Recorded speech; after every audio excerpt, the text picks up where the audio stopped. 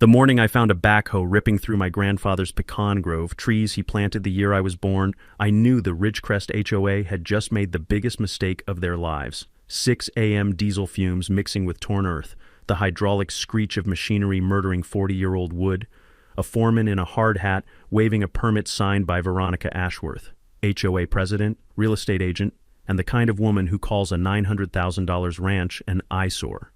They were installing a drainage pipeline. 48 inches of corrugated steel straight across my land, dumping their golf course runoff into the creek where my cattle drink. My compensation, $8,000, non-negotiable. Veronica thought I was just another old rancher she could steamroll. She had no idea I'd been playing a longer game than she could imagine. Here's my question for you. What would you do if someone built on your property without asking?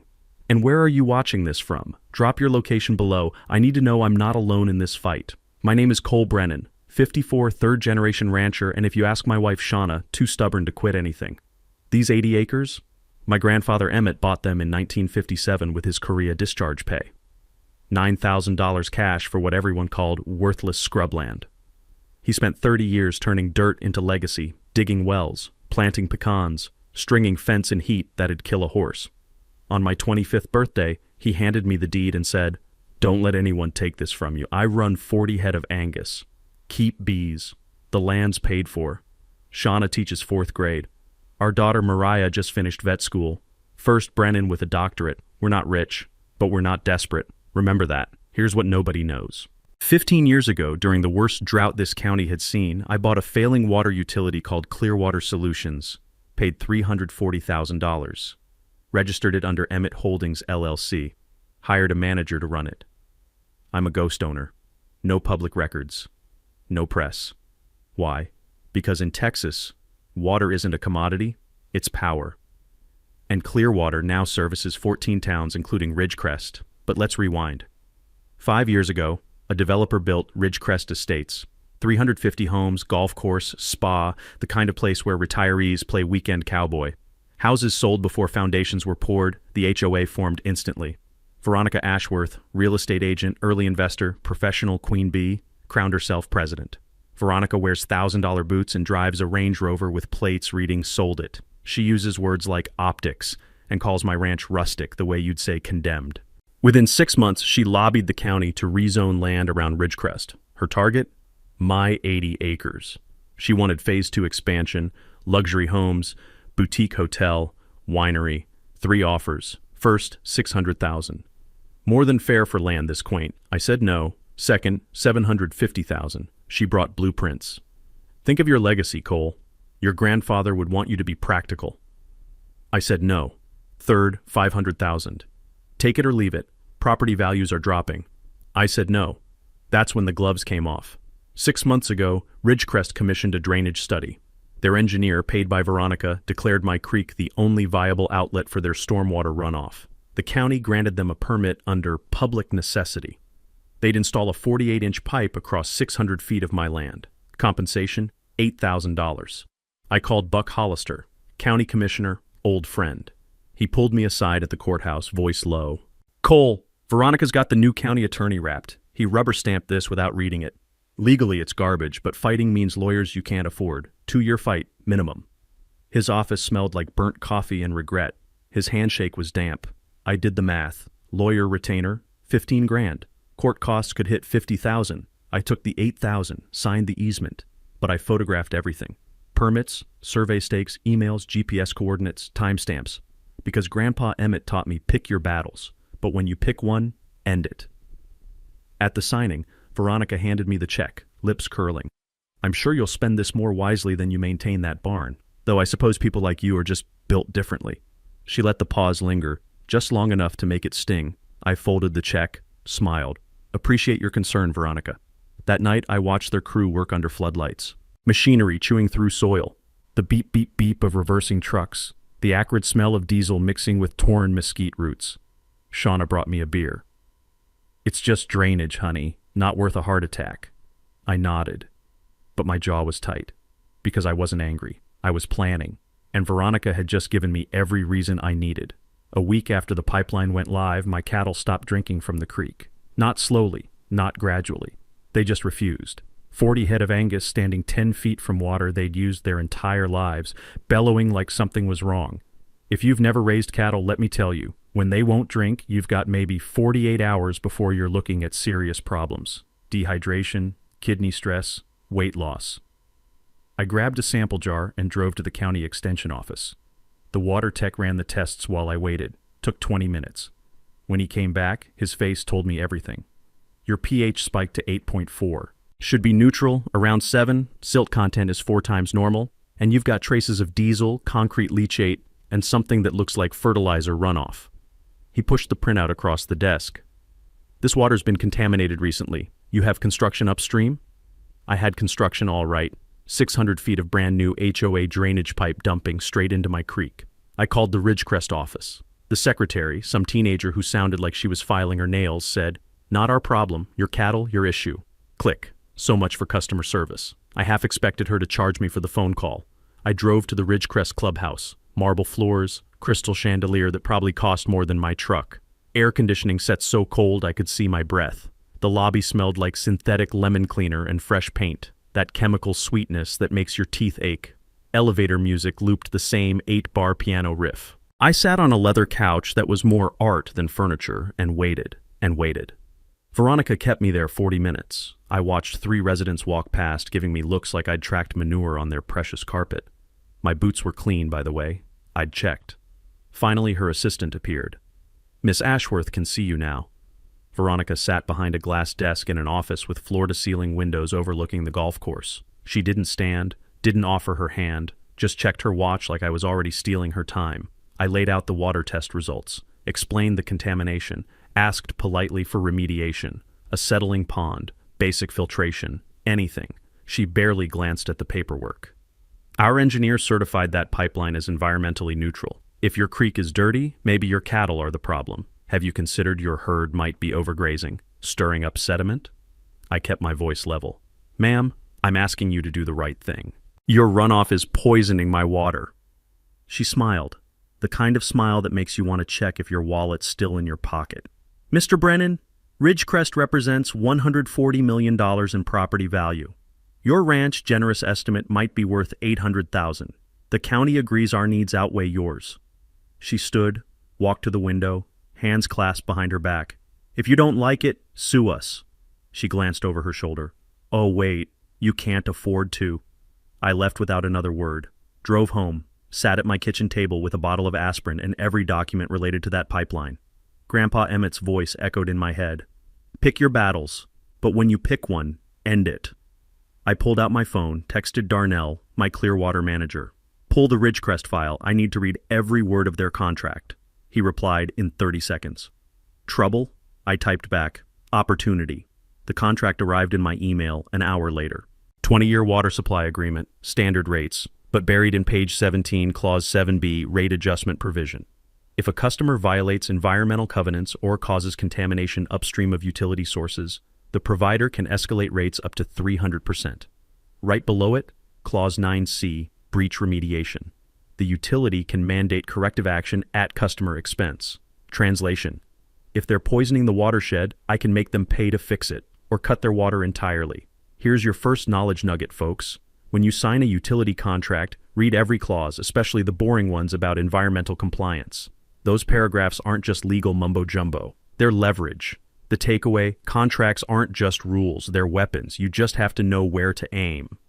I didn't tell Veronica. Not yet. Instead, I bought 4 trail cameras and installed them along the pipeline route. Camouflaged them in mesquite brush, positioned to cover the access hatches. I wanted proof. For 3 days, I checked that footage obsessively, drinking too much coffee and not enough sleep. On day 4, I hit gold. Ridgecrest lawn crews and HOA-branded trucks, opening pipeline access hatches and dumping grass clippings, pool backwash, and landscape fertilizer straight into the pipe. Not stormwater, waste. Illegal waste. See, dumping organic matter and chemicals into a drainage system that feeds a watershed? That violates the Clean Water Act, federal law. The kind of violation that brings EPA fines starting at $10,000 per day. I had timestamps, faces, license plates. I downloaded everything, backed it up in 3 places, and started a new folder, evidence. That night, Shauna found me at the kitchen table. Photos spread like a crime scene investigation. Cold coffee. She asked what I was doing. I said due diligence. She knows that tone. I'm not stewing, I'm plotting. 2 weeks later, every mailbox in Ridgecrest received a glossy newsletter. Full color, professional layout, the kind of publication that costs real money to print. Front page headline, 48-point font, local landowners neglect threatens community water quality. Byline, Veronica Ashworth, HOA president. I found my copy wedged in the screen door. The paper was thick, expensive stock. The smell of fresh ink made my stomach turn.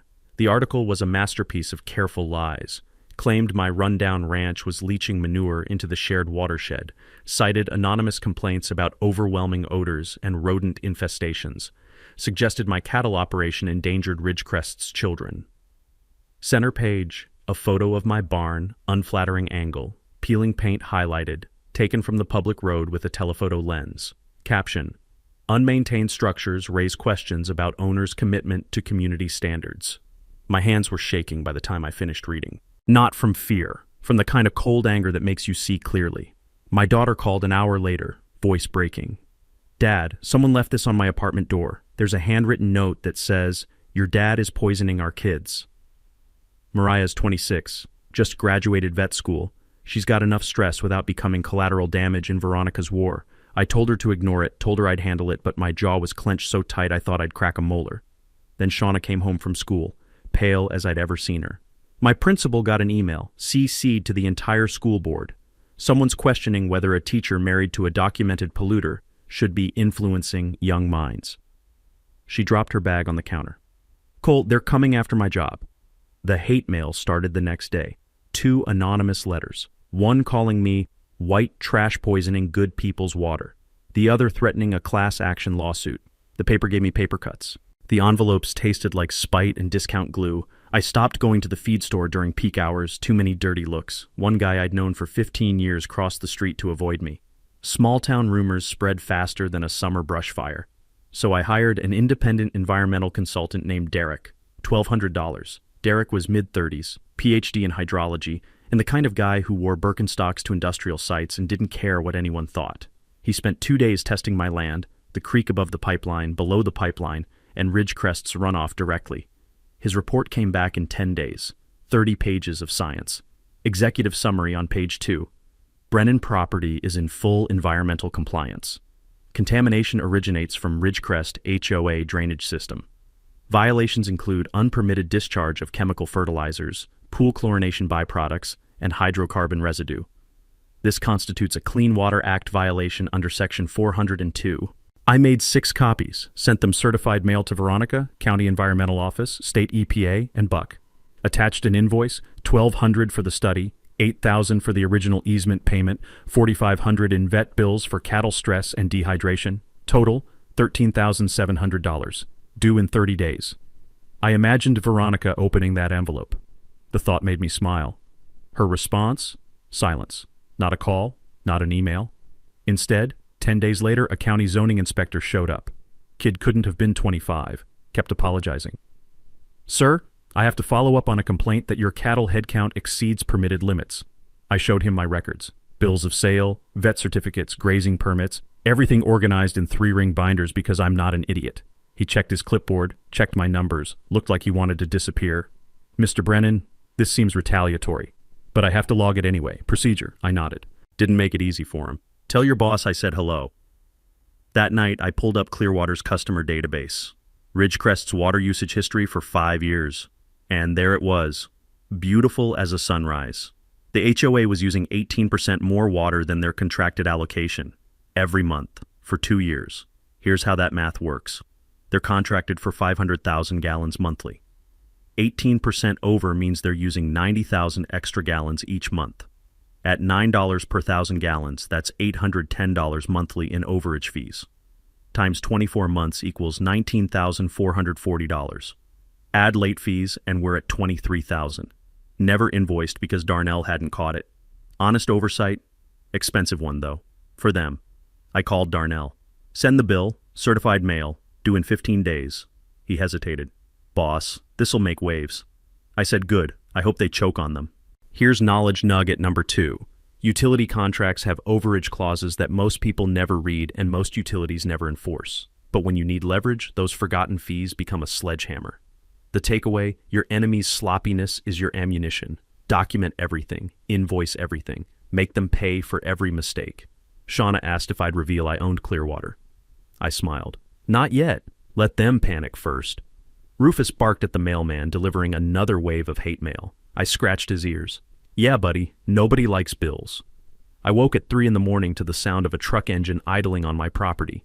Not close to the house, maybe quarter-mile out near the pipeline easement. The bedroom was dark as a cave, air conditioning humming, and for a second I thought I'd dreamed it. Then I heard gravel crunching under tires. I grabbed my flashlight and shotgun. Didn't load it. The sound of a pump action racking a shell is usually enough to make people reconsider their choices. Shauna stirred. What's wrong?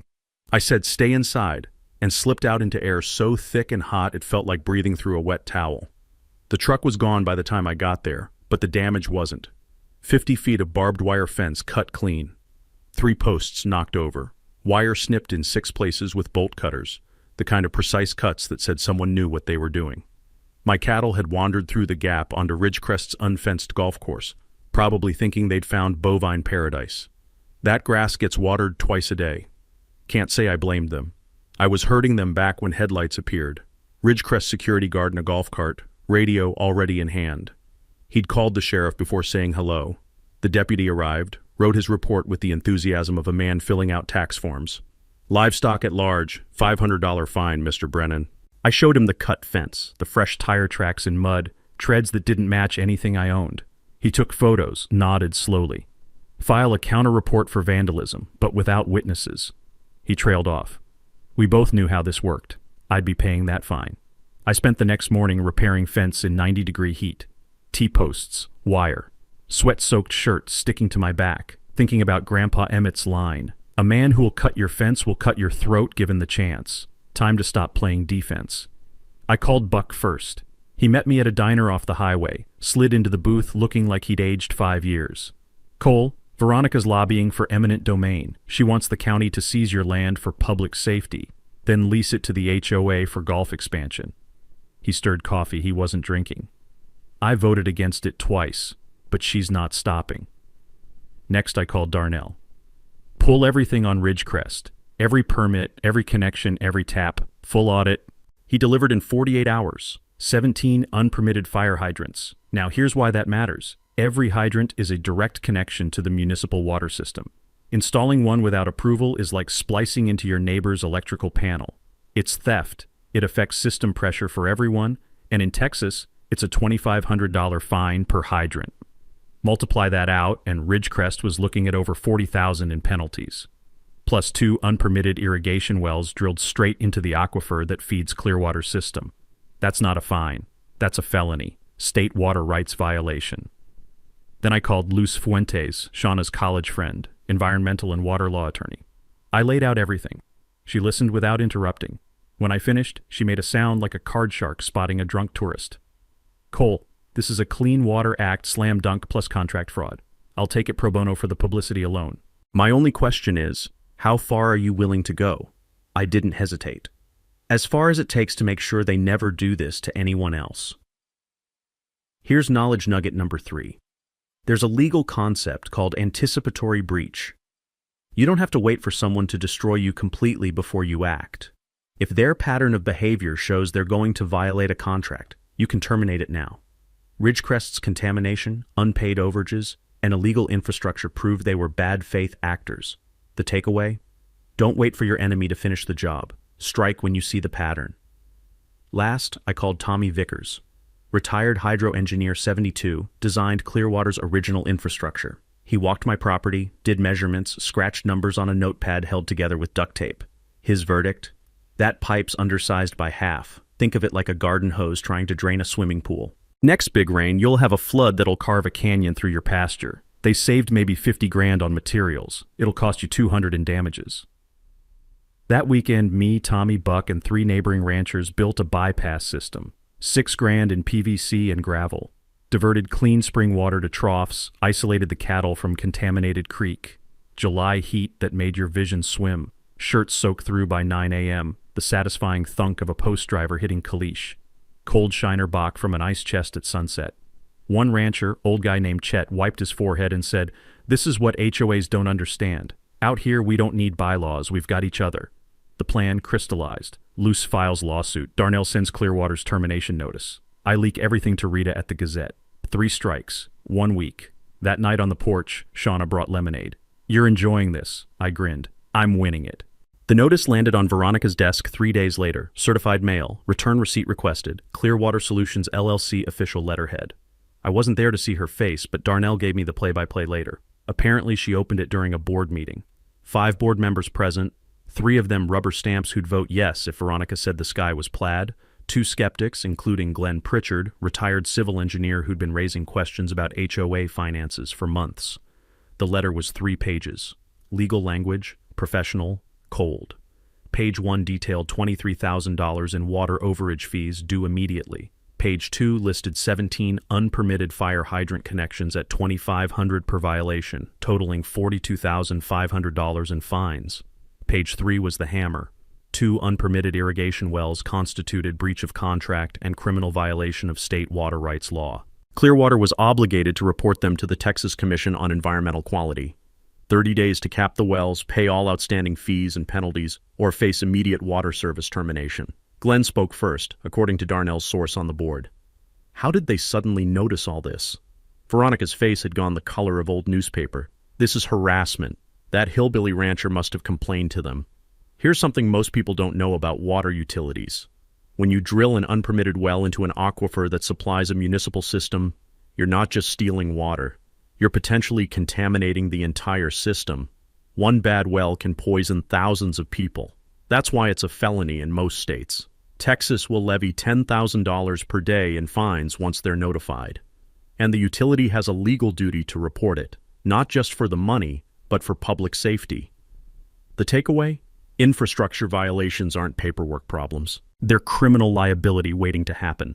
Veronica called an emergency meeting with her lawyer, Bradley Finch. Slick guy, mid-40s, the kind of attorney who wears cufflinks that cost more than most people's car payments. Finch read the notice twice. Didn't say anything the first time through. The second time, he set it down carefully, like it might explode. "This is serious. If Clearwater terminates your water service, your property values crater overnight. No water means no certificates of occupancy for Phase 2. You can't sell homes that can't legally be inhabited."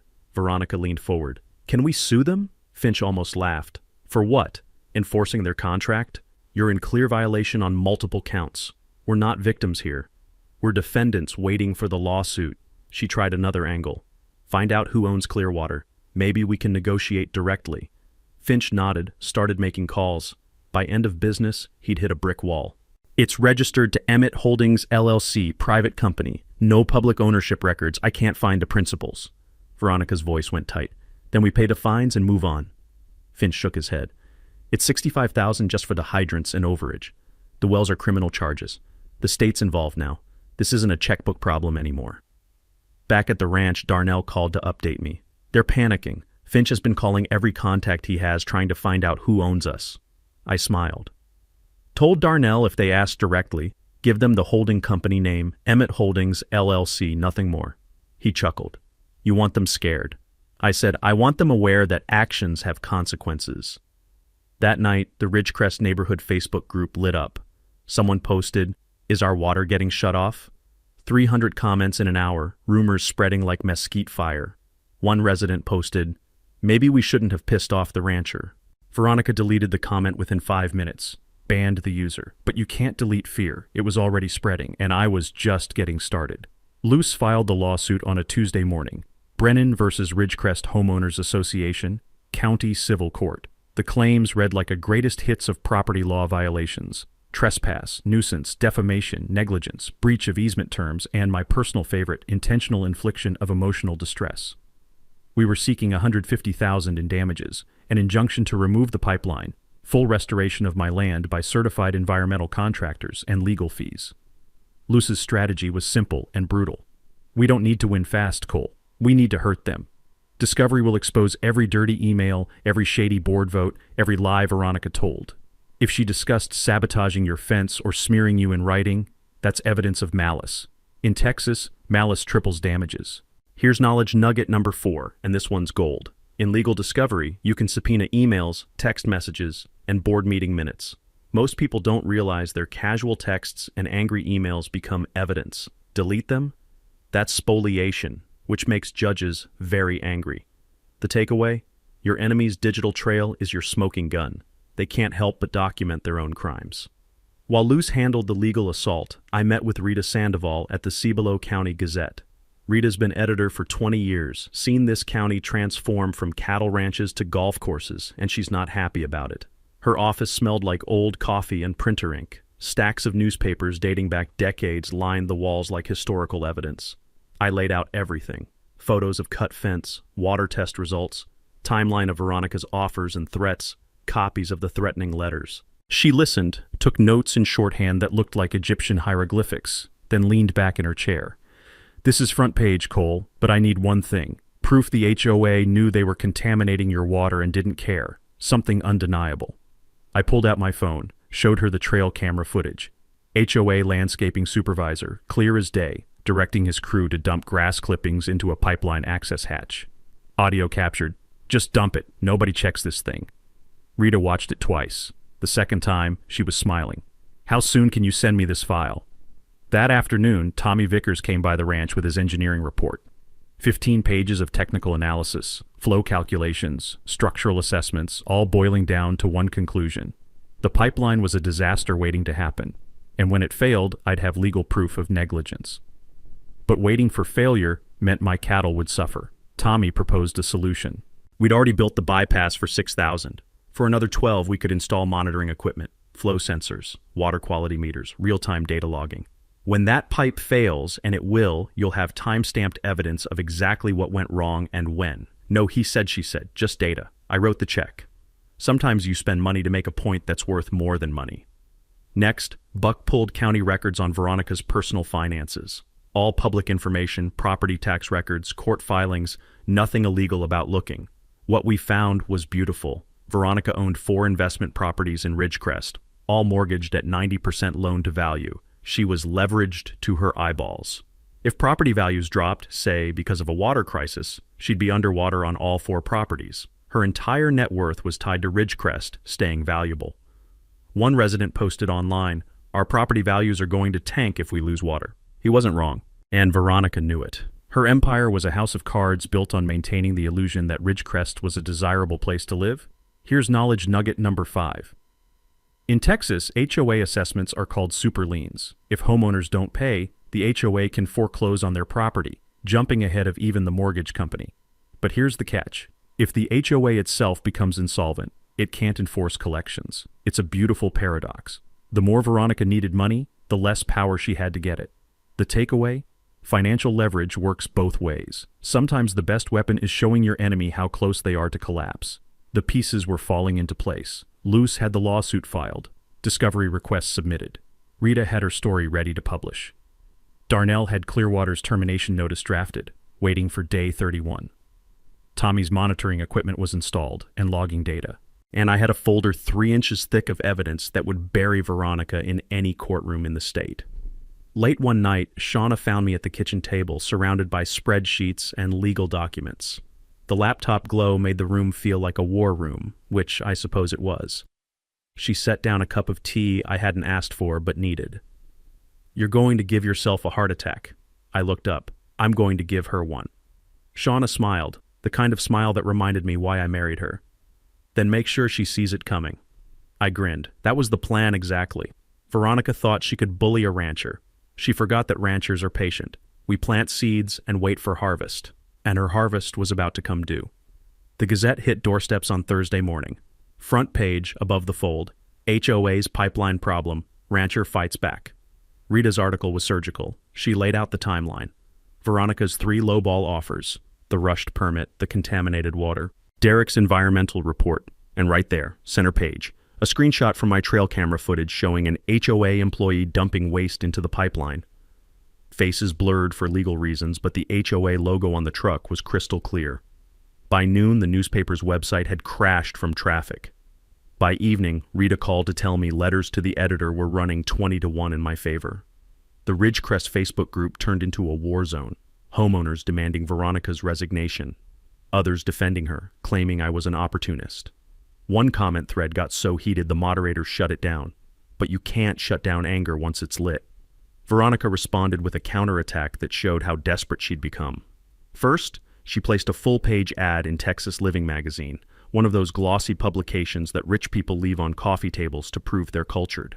The article was titled, "The Truth About Rural Neglect," and painted me as a greedy opportunist exploiting technicalities to extort a community of hardworking families. It was a masterpiece of spin, almost made me sound like the villain. Must have cost her $15,000 for the placement. Money she didn't have based on Buck's financial research. 2 days later, she showed up at my ranch unannounced. Drove right up to the barn where I was fixing a tractor that had been giving me trouble since April. She stepped out of her Range Rover wearing heels that had no business on a ranch and carrying an envelope. "Cole, let's be reasonable." She handed me the envelope. Inside, a cashier's check for $50,000 and a typed settlement agreement. I'd drop the lawsuit, admit publicly that my cattle caused the contamination, and sign a statement saying the HOA acted in good faith. In exchange, $50,000 and they'd leave me alone. I set the envelope on the tractor hood, looked at her. "Get off my land," she tried to smile. "You're making enemies you can't afford, Cole." I picked up the torque wrench I'd been using, not as a threat, just went back to work. "I'm making a point. Now leave before I call the sheriff for trespassing." She left, but the harassment didn't stop. Anonymous flyers started appearing on windshields around town. Cole Brennan, extortionist or victim, with half-truths and distorted facts designed to muddy the water. Someone spray-painted "liar" on my mailbox. Shauna started getting hang-up calls at school, and then my daughter Mariah called, voice shaking. "Dad, I got a text from a blocked number. It says if you don't drop the lawsuit, they'll file a complaint with the state veterinary board claiming I falsified my licensing credentials." "Dad, I didn't. I worked so hard for that license." I told her to screenshot everything and send it to me. Then I called Luz. She listened, silent as I forwarded the messages. When I finished, her voice was cold as January steel. "Cole, that's witness intimidation. Federal felony. Screenshot everything and file a police report immediately. This is the kind of mistake that ends careers." I drove to the sheriff's office. Detective Ramirez, competent guy about my age, took my statement, looked at the messages. "This is serious, Mr. Brennan. Threatening professional licenses to influence a lawsuit. We'll open an investigation. I'll need to interview your daughter." He did. Mariah confirmed the hang-up calls, the threatening text. Ramirez got a warrant for phone records, started tracing the number. Meanwhile, I went silent. No interviews, no social media, no public statements. Let them think they'd rattled me. But quietly, behind the scenes, I was tightening the noose. Darnell prepared Clearwater's final termination notice, ready to send the second we hit day 31. Luce filed a motion to expedite discovery, citing the intimidation attempts. The judge granted it. We'd have access to HOA emails and board minutes within 2 weeks instead of 2 months. Tommy documented 3 new leaks in the pipeline after a moderate rain, exactly as he'd predicted.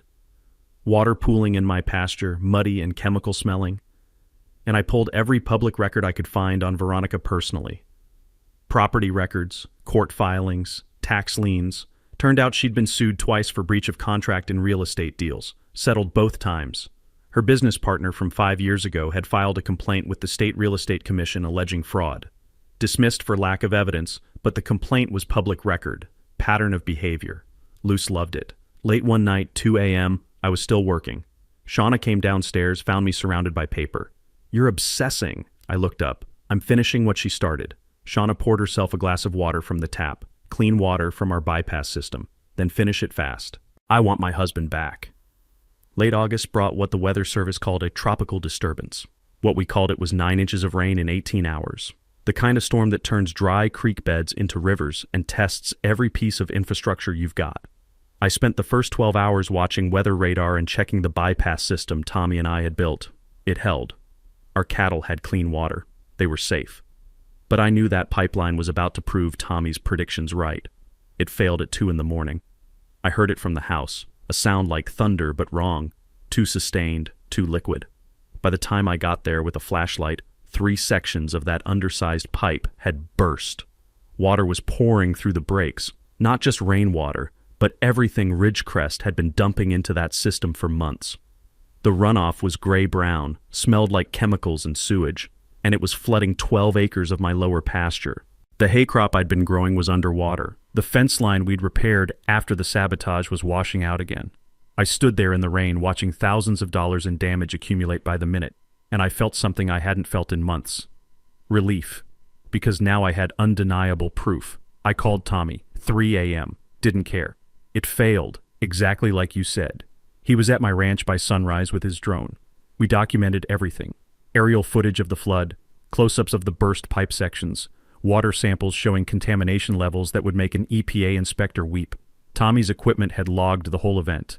Timestamps, flow rates, pressure spikes, data that couldn't be argued with or spun. The damage assessment came in at $38,000. 12 acres of hay ruined, that's $8,000. Fence repairs, $3,000. Soil contamination requiring professional remediation, $15,000 estimated. Loss of pasture use for the next growing season, another $12,000. I documented every penny, but Ridgecrest was hurting worse.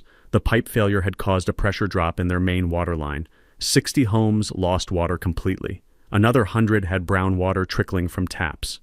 For 36 hours, Ridgecrest residents were boiling water or buying it by the gallon at the grocery store. The HOA called an emergency meeting. Every seat filled. Homeowners screaming. One guy stood up and yelled, "We pay $900 a month in HOA fees and we don't have drinking water."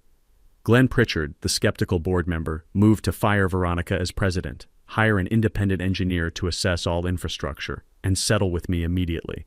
The vote was 3-2. Veronica's rubber stamps blocked it. Glenn resigned from the board on the spot, walked straight to the Gazette office, and gave Rita an interview. This HOA is corrupt and incompetent. I can't be part of it anymore. Veronica, cornered and desperate, made her final mistake. She contacted the county attorney, the same one who'd rubber-stamped the original permit, and lobbied for an eminent domain action against my ranch. Called it a public safety issue, claimed the contaminated water and unreliable access endangered emergency services. The county attorney, who'd already received copies of the EPA complaint about Ridgecrest, told her no.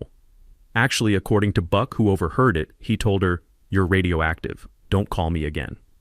So she went to the original developer who'd built Ridgecrest, pitched him on buying my land, promised she'd smooth the zoning if he'd handle the acquisition.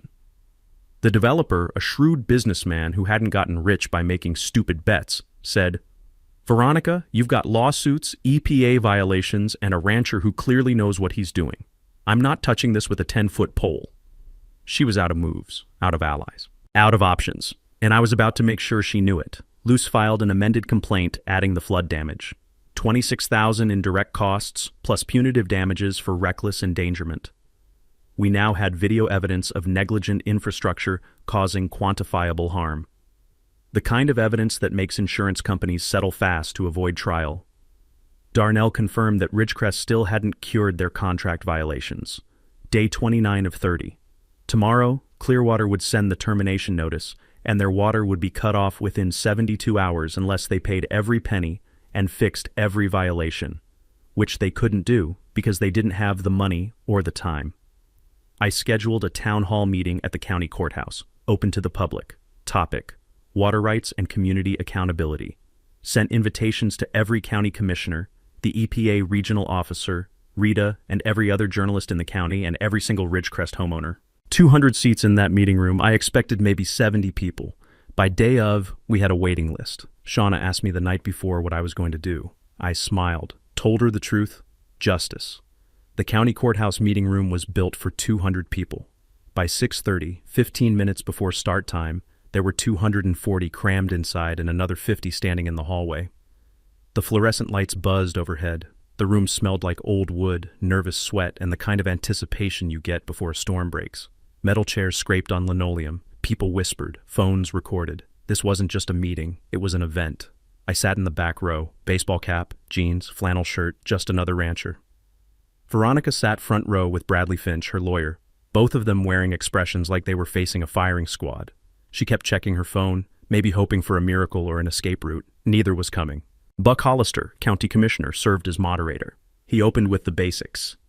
"We're here to address the ongoing dispute between Mr. Cole Brennan and Ridgecrest Homeowners Association. This is a public forum. Everyone will get a chance to speak."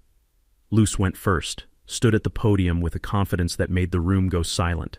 She presented my case like a prosecutor, timeline on a projector screen, photos of the cut fence, water test results showing contamination levels, video of HOA employees dumping waste into the pipeline, financial damages itemized down to the dollar. She introduced Tommy, who explained in plain English how the undersized pipeline was doomed from the start. This wasn't an accident, this was negligence. Saving money on materials cost Mr. Brennan $38,000 in flood damage. It cost Ridgecrest residents their water for 36 hours, and it violated state and federal environmental law, the audience murmured. Several Ridgecrest homeowners looked shocked, like they'd been kept in the dark, which they had been. Luce continued. Mr. Brennan asked the HOA to do the right thing, fix the contamination, pay for damages. They responded by smearing his name, threatening his family, and sabotaging his property. We have evidence of all of it. Then Carla Jennings from the EPA stood. Stern woman, mid-50s, the kind of government employee who doesn't smile at work because work is serious. The state has opened an investigation into unpermitted discharges and illegal well drilling at Ridgecrest. Potential fines exceed $200,000. Criminal charges are being considered. Now Veronica stood, pushed past Finch's attempt to stop her, and grabbed the microphone. This is a witch hunt. Mr. Brennan has sabotaged our community from day one. He's using technicalities to extort hardworking families who just want to live in peace. A homeowner in the audience shouted, "You told us the pipeline was safe." Another voice, "My basement flooded and you haven't answered one email." Veronica tried to continue. "The HOA has limited funds and—" Glenn Pritchard, the former board member, stood up. "Limited funds? You spent $80,000 on legal fees fighting a rancher instead of fixing infrastructure that was broken from day one." The room erupted in applause. Veronica's face went red. Finch pulled her back to her seat. That's when I stood, walked to the podium. The room went dead quiet. You could have heard a pin drop on carpet. I looked at Veronica, then at the crowd. I want to clarify a few things. First, I never asked for a fight. I asked for fairness. I was ignored. Second, Mrs. Ashworth has claimed repeatedly that I'm powerless to stop Ridgecrest's expansion, that I should accept being steamrolled because I'm just a rancher. I paused, let it settle. She was wrong. I pulled a document from my jacket. This is the ownership registration for Clearwater Solutions, LLC, the water utility that services Ridgecrest and 13 other municipalities in this county. Another pause. I could see people leaning forward. I am the sole owner, have been for 15 years. The room exploded. Gasps. Someone shouted, "Holy shit!" Another person laughed in disbelief. Veronica's face went from red to white in about 2 seconds. I kept going. Tomorrow, if Ridgecrest HOA has not cured its contract violations, Clearwater will terminate water service under Breach Remediation Clause 11C. Your homes will be legally uninhabitable until a new provider is secured. Given your EPA violations, that could take months. Property values will collapse. Phase 2 will die. Everything Veronica built will evaporate. A homeowner shouted, "You can't do that." I looked at him. I can. I don't want to. But Mrs. Ashworth has left me no choice. I turned back to Veronica. You thought I was just a rancher. You forgot ranchers survive by controlling what matters. Around here, that's water. Luce stood. However, Mr. Brennan is willing to negotiate a settlement. Terms, remove the pipeline, pay $100,000 in damages, Veronica Ashworth resigns, and the HOA agrees to a conservation easement protecting Mr. Brennan's land in perpetuity. I added one more thing. You have 12 hours. Veronica didn't say a word. She grabbed her purse and ran out of the room. Finch followed, already on his phone. The crowd erupted into chaos. Some people surrounded me, angry, grateful, confused. One older man shook my hand. You played the long game, son. I nodded. I played the only game I had. Detective Ramirez approached. Mr. Brennan, we traced those intimidation texts. Warrants being issued tomorrow. I thanked him. Walked out into the night air. It smelled like rain coming. Clean rain this time. 8 a.m. the next morning, Bradley Finch called Luce, agreed to every term. Veronica resigned effective immediately, announced via a terse email to the HOA board with no explanation. Turns out Detective Ramirez's investigation had traced the witness intimidation texts to a burner phone purchased on Veronica's credit card. She was facing criminal charges, her real estate license was under review, and her 4 investment properties were being quietly listed for sale before the banks could foreclose. Sometimes karma doesn't need help, it just needs time.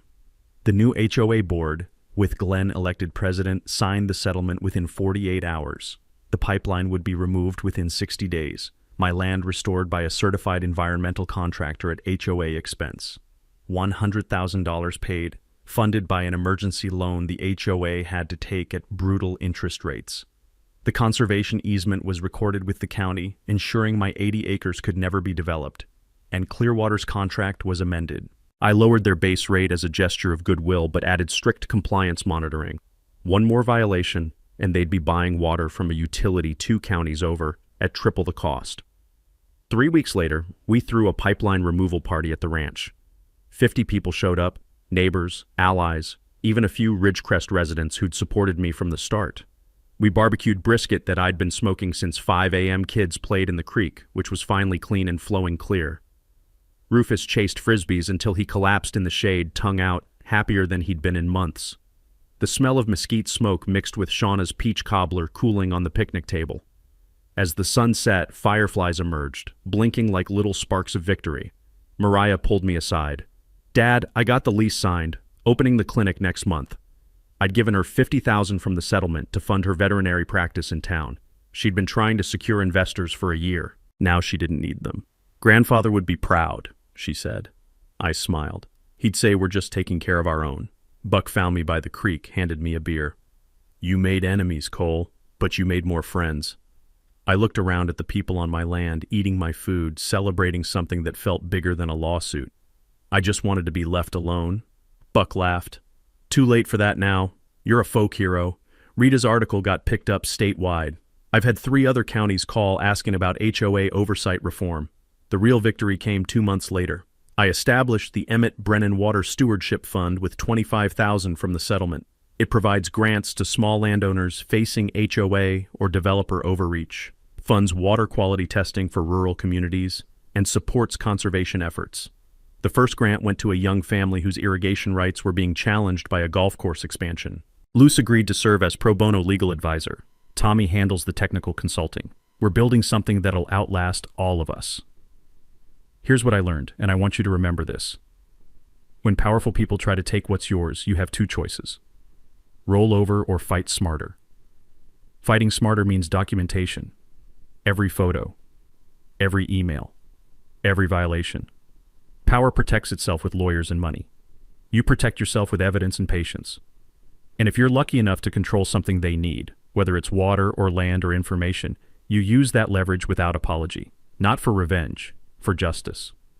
The Ridgecrest HOA, under new leadership, approached me last spring about partnering on a creek restoration festival, annual event. Students from Shauna's school plant native grasses. Volunteers clear invasive species. The golf course reduced pesticide use by 60% and installed a rainwater capture system. We're not friends. We'll never be friends. But we're functional, and sometimes that's enough. I'm sitting on my porch right now, watching the sun drop behind the hills.